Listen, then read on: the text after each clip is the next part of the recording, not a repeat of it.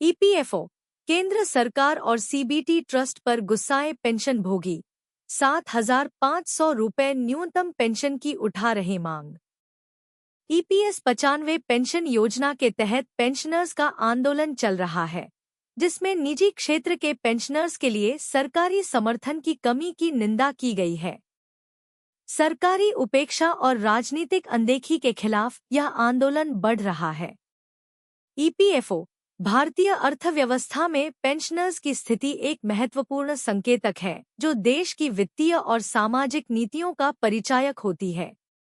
विशेष रूप से EPS 95 employees pension scheme 1995 के तहत आने वाले पेंशनर्स वर्तमान में एक व्यापक आंदोलन का हिस्सा हैं, जिसमें उनकी मुख्य मांग सरकार से पेंशन की अधिक सहायता और समर्थन की गुहार है। पृष्ठभूमि और मुद्दों का सामान्यीकरण। 1995 में शुरू की गई ईपीएस योजना ने निजी क्षेत्र के पेंशनर्स के लिए एक वित्तीय जाल बिछाने का वादा किया था। हालांकि समय के साथ यह व्यवस्था अपर्याप्त साबित हुई है, खासकर जब इसे सरकारी कर्मचारियों के पेंशन लाभों के साथ तुलना की जाती है। आंदोलन का मुख्य बिंदु यह है कि सरकारी कर्मचारियों को 50% तक की पेंशन सुविधाएं प्राप्त होती हैं, जबकि निजी क्षेत्र के पेंशनर्स उस समर्थन से वंचित हैं। राजनीतिक उपेक्षा की चुनौती। आंदोलन की गहराई में जाने पर स्पष्ट होता है कि राजनीतिक समर्थन की कमी ने पेंशनर्स के मुद्दे को और भी जटिल बना दिया है। पेंशनर्स का आरोप है कि उनकी जरूरतों को राजनीतिक दलों द्वारा नजरअंदाज किया जा रहा है, जिसके पीछे आर्थिक और राजनीतिक स्वार्थ शामिल हैं। सीपी तिवारी जैसे प्रमुख सदस्यों का मानना है कि यह उपेक्षा न केवल उनके अधिकारों का हनन है, बल्कि यह एक बड़ी व्यापक साजिश का हिस्सा भी हो सकती है। सरकारी और निजी पेंशन के बीच की खाई। सरकार द्वारा उठाए गए कदम असमान और गैर लोकतांत्रिक प्रतीत होते हैं, जिसमें निजी क्षेत्र के पेंशनर्स की उपेक्षा की गई है।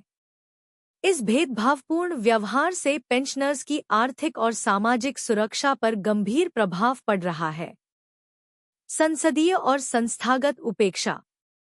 वर्षों से चली आ रही लड़ाई में संसद और सरकारी संस्थाओं की उपेक्षा ने पेंशनर्स को उनके हितों के लिए अधिक मुखर होने को मजबूर किया है।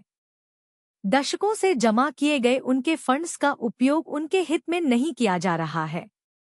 ईपीएस 95 पेंशनर्स का यह आंदोलन सिर्फ पेंशन में सुधार की मांग नहीं है, बल्कि यह एक बड़ी लड़ाई है जो सरकारी तंत्र और राजनीतिक दलों की उदासीनता के खिलाफ चल रही है। यह आंदोलन आगे भी व्यापक हो सकता है और इसकी प्रतिध्वनियां राजनीतिक गलियारों में सुनाई दे सकती हैं, अगर इसकी मांगों को तुरंत नहीं सुना जाता है। वरिष्ठ नागरिकों और पेंशनभोगियों के लिए खुशखबरी। रेलवे किराए में फिर से मिलेगी छूट। जाने डिटेल। भारत पेंशनभोगी समाज ने सरकार से सीनियर सिटीजन की रेल यात्रा छूट को बहाल करने की अपील की है, जिसे 2020 में बंद कर दिया गया था। संगठन का कहना है कि यह छूट बुजुर्गों के लिए आर्थिक मदद और सम्मान का प्रतीक थी। कोरोना महामारी की पहली लहर के दौरान मार्च 2020 में भारत सरकार ने वरिष्ठ नागरिकों के लिए रेल यात्रा छूट को अस्थायी रूप से बंद कर दिया था। यह निर्णय सरकार की वित्तीय स्थिति को ध्यान में रखते हुए लिया गया था, जिससे कई बुजुर्ग नागरिक प्रभावित हुए। हालांकि महामारी की स्थिति अब काफी हद तक सुधर चुकी है, फिर भी यह छूट बहाल नहीं की गई है, जिससे सीनियर सिटीजन पर आर्थिक बोझ बढ़ गया है। पेंशनभोगियों की अपील। भारत पेंशनभोगी समाज, जो कि देश के लाखों पेंशनभोगियों का प्रतिनिधित्व करता है, इस मुद्दे को लगातार सरकार के सामने उठा रहा है। इस संगठन में केंद्र और राज्य सरकारों के पेंशनर्स के साथ साथ सार्वजनिक उपक्रमों, पीएसयू और स्वायत्त निकायों के पेंशनर्स भी शामिल हैं। उनका मानना है कि यह छूट वरिष्ठ नागरिकों के अधिकारों का हिस्सा थी और इसे बंद करना न्यायसंगत नहीं है। सीनियर सिटीजन के लिए यात्रा में छूट का बहुत महत्व था, क्योंकि उनकी आय का प्रमुख स्रोत केवल पेंशन है। टिकट की अधिक कीमतें उनके लिए एक बड़ा वित्तीय बोझ बन गई हैं और पेंशन की सीमित आय के बावजूद उन्हें अधिक खर्च करना पड़ रहा है।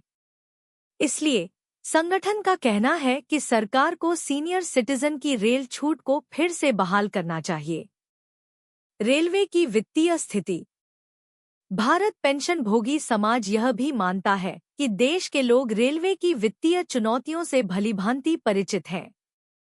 हालांकि उनका कहना है कि रेलवे को आय बढ़ाने के लिए अन्य साधनों पर ध्यान देना चाहिए, न कि सीनियर सिटीजन की छूट को बंद करके। 53% की यह छूट वरिष्ठ नागरिकों के लिए एक महत्वपूर्ण सहायता थी और इसे वापस लेना उनके जीवन पर नकारात्मक प्रभाव डाल रहा है। संगठन ने सुझाव दिया है कि रेलवे अपनी दक्षता में सुधार और संसाधनों के बेहतर प्रबंधन के माध्यम से आर्थिक संकट को दूर कर सकती है, जिससे सीनियर सिटीजन को दी जाने वाली छूट फिर से बहाल की जा सके। पीएम को पत्र लिखकर किया आग्रह। भारत पेंशन भोगी समाज ने प्रधानमंत्री नरेंद्र मोदी को भी इस मामले में पत्र लिखकर आग्रह किया है कि सीनियर सिटीजन की रेल छूट को फिर से बहाल किया जाए।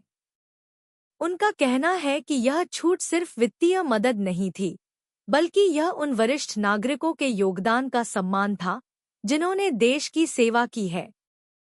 संगठन को उम्मीद है कि प्रधानमंत्री उनकी अपील पर विचार करेंगे और सीनियर सिटीजन की रेल छूट की बहाली के लिए आवश्यक कदम उठाएंगे, जिससे देश भर के बुजुर्ग नागरिकों के अधिकारों की रक्षा हो सकेगी। इस प्रकार वरिष्ठ नागरिकों की रेल यात्रा छूट की बहाली को लेकर पेंशनभोगी समाज द्वारा की जा रही यह अपील उनके वित्तीय और सामाजिक अधिकारों की सुरक्षा के प्रयास का एक महत्वपूर्ण हिस्सा है। पेंशनभोगियों को मिली बड़ी सौगात। 5% तक मिलेगा अतिरिक्त भत्ता, वेतन विसंगति सहित सरकार ने लिए कई अन्य महत्वपूर्ण फैसले।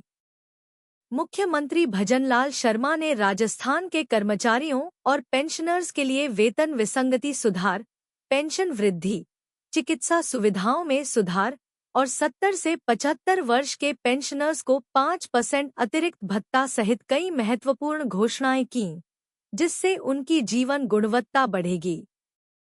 राजस्थान के कर्मचारियों और अधिकारियों के लिए एक बड़ी खुशखबरी है।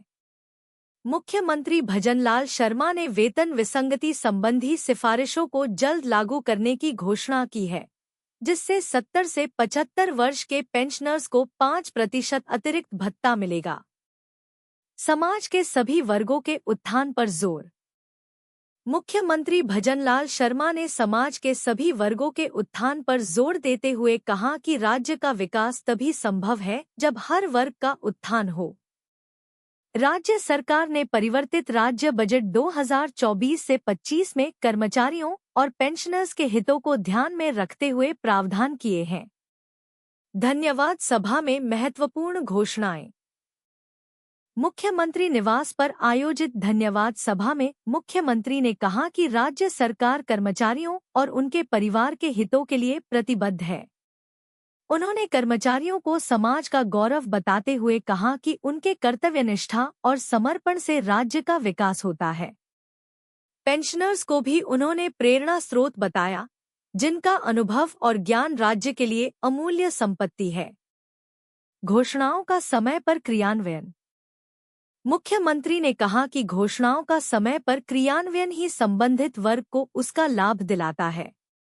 उन्होंने यह भी कहा कि पूर्ववर्ती सरकारों ने चुनावी लाभ के लिए बिना बजट प्रावधान के लुभावनी घोषणाएं कीं, जबकि उनकी सरकार ने बिना विलंब के कर्मचारियों के हित में महत्वपूर्ण फैसले लिए हैं।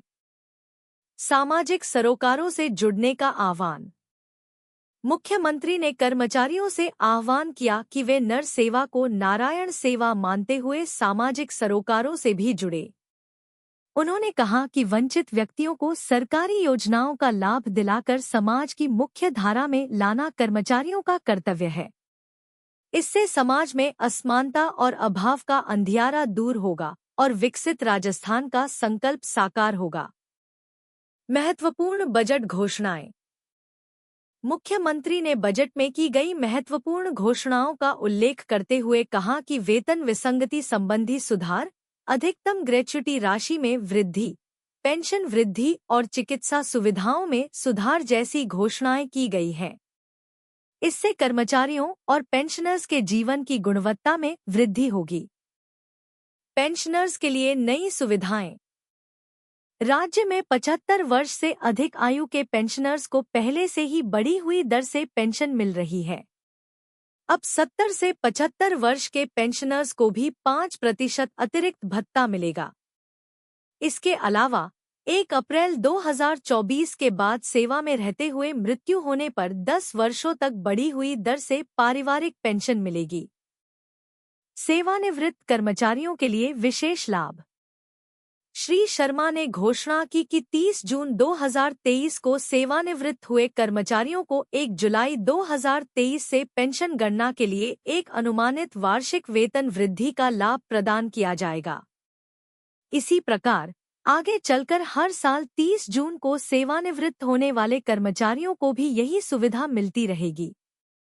इस अवसर पर राजस्थान राज्य कर्मचारी महासंघ के प्रदेशाध्यक्ष अरविंद व्यास, राजस्थान शिक्षक संघ राष्ट्रीय के प्रदेशाध्यक्ष रमेश पुष्करणा, राजस्थान राज्य नर्सेज एसोसिएशन के प्रदेशाध्यक्ष रामवीर सोलंकी सहित बड़ी संख्या में कर्मचारी तथा पेंशनर्स उपस्थित रहे।